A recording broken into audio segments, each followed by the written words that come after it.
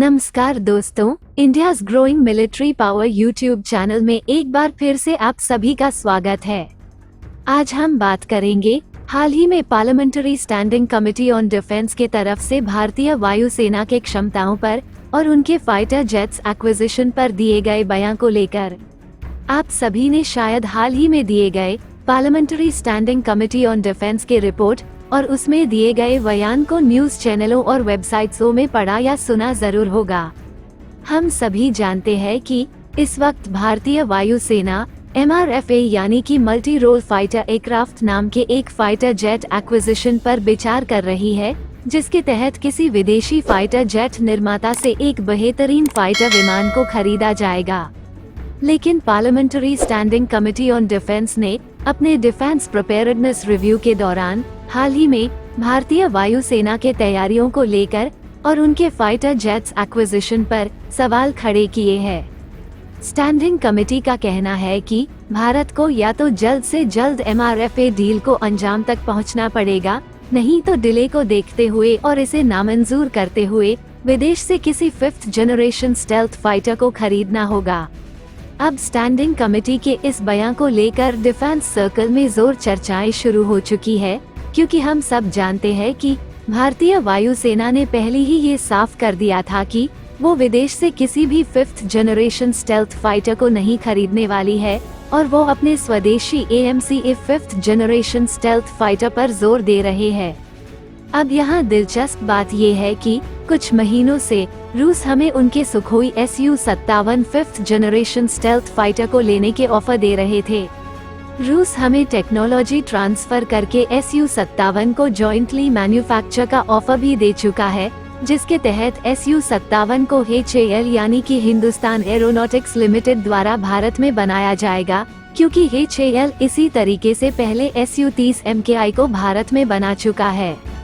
अब कई लोग ये जरूर कहेंगे कि Su-57 असल में 5th जनरेशन स्टेल्थ फाइटर नहीं है और भारतीय वायुसेना इसे कतई नहीं खरीदेगी।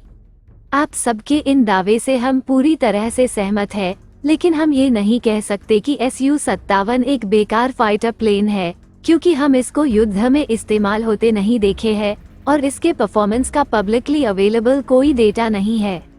अब आप सबको ये जानना बेहद जरूरी है कि जब भी parliamentary standing committee on defence या फिर सरकार के controller and auditor general CAG के द्वारा प्रस्तुत किए गए कोई भी रिपोर्ट या कोई रिकमेंडेशंस या फिर अपनी राय ये संस्थाएं सरकार के सामने रखती है रक्षा क्षेत्र के मामले में, तब इनके रिकमेंडेशंस या फिर सजेशंस को बड़ी सीरियसली लिया जाता है। एग्जाम्पल के तौर पर आप LCA तेजस मार्क 1 को ही ले सकते हैं।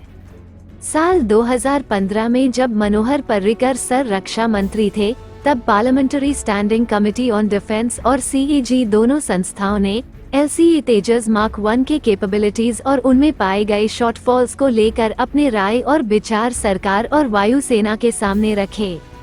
जिनमें LCA तेजस मार्क 1 के 50 से ज्यादा शॉर्टफॉल्स को चित्रित करके सरकार से इनको दूर करने या फिर समाधान करने के हल ढूंढने की जिम्मेदारी दी गए, जिसके बाद तत्कालीन रक्षा मंत्री स्वर्गीय श्री मनोहर पर्रिकर के नेतृत्व में LCA तेजस मार्क 1A यानी कि एडवांस्ड वर्जन के निर्माण के प्लान को मंजूरी दिया गया, जिसमें पहले के वर्जन के तुलना में 43 इम्प्रूवमेंट्स किए गए और आज वायुसेना 180 तेजस मार्क 1A को अपने बेड़े में शामिल करने जा रही है। इसी एग्जाम्पल को देखते हुए हम ये कह सकते हैं कि वायुसेना और सरकार दोनों पे अब दबाव होगा कि या तो वो MRFA डील को जल्द से जल्द फाइनल करे या तो किसी 5th जनरेशन स्टेल्थ फाइटर को विदेशों से खरीदने के बारे में विचार करे।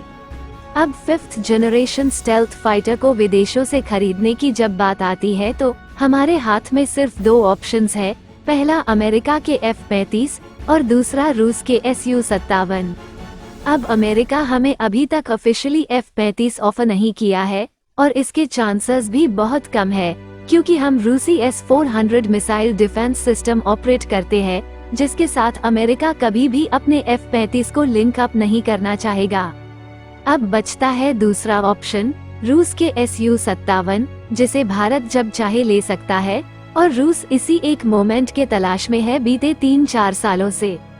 लेकिन हमें यहाँ पर ये लग रहा है कि रूसी लॉबिंग भारत के डिफेंस सर्कल में और राजनीतिक दलों में अभी भी काम कर रही है, जो कि हिस्टोरिकली बेहद स्ट्रॉन्ग रहा है इंडियन डिफेंस सर्कल में, जिसके कारण लगातार पिछले कुछ महीनों से रूसी Su-57 विमान को लेकर तरह तरह की खबरें कई रिनाउंड वेबसाइट्स या फिर न्यूज एजेंसीज के द्वारा फैलाई जा रही है, जिसके कोई मायने नहीं है सिवाय रूसी लॉबिंग के। जो चीज हमें समझ में आ रही है कि भारतीय वायुसेना इस वक्त अपने सिद्धांतों पर अडिग है, जिसके तहत वो 114 MRFA जेट्स, लगभग 200 तेजस मार्क 2 और 120 AMCA 5th generation stealth fighters को अपने बेड़े में शामिल करने के इरादे रखती है। अब इसके साथ आप 180 तेजस मार्क 1A को भी जोड़ सकते हैं, जिससे भारतीय वायुसेना के फाइटर जेट्स के नंबर्स और उनके स्क्वाड्रोन स्ट्रेंथ दोनों के बढ़ोतरी बड़ी आसानी से किया जा सकता है। अब रही बात parliamentary standing committee on defence के रिकमेंडेशंस की, तो वायुसेना और सरकार मिलकर जरूर जो देश के सुरक्षा के लिए सही है वही निर्णय लेंगे, इतना भरोसा हमें इनके ऊपर रहना जरूरी है। अगर आप हमसे पर्सनली पूछे तो हम MRFA के तहत टेक्नोलॉजी ट्रांसफर करके भारत में 114 राफेल F4 वर्जन के विमानों के निर्माण के पक्ष में है, लेकिन हम सबसे ज्यादा वायुसेना और सरकार इस मामले में ज्यादा ज्ञान रखते हैं, और जो भी निर्णय लिया जाता है देश के एक जिम्मेदार नागरिक और एक सच्चे देशभक्त होने के नाते हमें उनके निर्णय का स्वागत अवश्य करना चाहिए। आज के लिए बस इतना ही। उम्मीद है कि आप सबको वीडियो पसंद आया होगा। वीडियो को अंत तक देखने के लिए धन्यवाद। जय हिंद।